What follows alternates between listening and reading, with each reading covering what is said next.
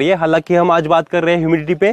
तो ह्यूमिडिटी में सबसे पहला तरीका ये रहेगा हम ह्यूमिडिटी मेंटेन करने का कि हवा में वाटर स्प्रे करके हम ह्यूमिडिटी मेंटेन कर सकते हैं। अब कैसे, ये हवा हो गई है और ये हमारे मशरूम के बेड है, ये क्रॉप है, तो इसमें हमें कोशिश करना है कि हमारे बेड पे थोड़ा बहुत पानी जाएगा, कोई प्रॉब्लम नहीं है, लेकिन हमें मशरूम जब तोड़ना है तो मशरूम तोड़ने से पहले लगभग 2 से 3 दिन का क्रॉप होगा ये, तो मशरूम तोड़ने से पहले दिन मतलब 24 घंटे पहले इस क्रॉप पे पानी नहीं जाना चाहिए। उससे क्या होता है, हमारे मशरूम की जो क्वालिटी होती है वो खराब होती है। इसलिए जब हम वाटर स्प्रे करेंगे, हवा में वाटर स्प्रे, अब आप इस प्रकार का वाटर स्प्रे यूज कर सकते हो, इसको एक अलग अलग प्रकार की बॉटल्स आती है, इस प्रकार का भी बॉटल इसके यूज कर सकते हो या फिर बड़ी बॉटल भी यूज कर सकते हो, जिस प्रकार से भी आपका शेड का साइज बड़ा हो। मैं आपको एग्जाम्पल के तौर पर बता रहा हूँ। और आप एक बड़ा जो वाटर स्प्रेयर होती है जो हम खेतों में यूज करते हैं, वो भी एक स्प्रेयर आप यूज कर सकते हो। तो हवा में वाटर स्प्रे कैसे करना, देखिए आप इस तरीके से हवा में वाटर स्प्रे कर सकते हो। अभी इस तरीके से हवा में आपको दिख रही है छोटी सी ये जो पानी की है, हवा में वाटर स्प्रे इस तरीके से आप कर सकते हो। इसमें थोड़ा बहुत बेड पे अगर वाटर स्प्रे जाता है तो कोई प्रॉब्लम नहीं, इसमें गैस प्रेशर क्रिएट होके फिर हम वाटर स्प्रे करते हैं। तो इस तरीके से हम हवा में वाटर स्प्रे करेंगे। अभी जब हम इस तरीके से हवा में वाटर स्प्रे करेंगे तो कितनी समय करना है, कितना टाइम करना है और कितना बार करना है, ये भी सवाल आपके दिमाग में आ सकता है। तो कितनी समय करना है, हमें हवा में वाटर स्प्रे उतना समय तक करना है कि जब तक हमारे शेड में ह्यूमिडिटी कम से कम 85-90% नहीं हो जाती है।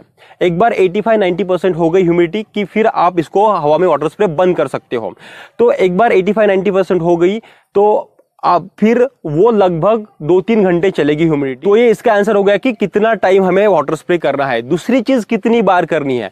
जब भी आपके शेड में ह्यूमिडिटी 60% से नीचे हो जाएगी तभी आपको फिर से हवा में वाटर स्प्रे करना है। पहली चीज तो आपको जब तक 85 से 90% आपकी ह्यूमिडिटी नहीं हो जाती तब तक वो हवा में वाटर स्प्रे करना है। और कितनी बार करना है, जब 60% से नीचे चली जाएगी ह्यूमिडिटी तब आपको करना है। हो सकता है आपको ये मानसून सीजन में सिर्फ 1 या 2 बार करना पड़े, विंटर में 2 या 3 बार करना पड़े, और समर सीजन में 5 से लेके 6 से लेके 7 बार भी हवा में वाटर स्प्रे करने की जरूरत पड़ सकती है। तो ये था पहला तरीका जिससे हम हमारे ऑयस्टर मशरूम शेड में ह्यूमिडिटी मेंटेन कर सकते हैं। अब देखते हैं दूसरा तरीका। तो हमने पहला तरीका देख लिया जिससे हम हमारे ऑयस्टर मशरूम शेड में ह्यूमिडिटी बरकरार रख सकते हैं।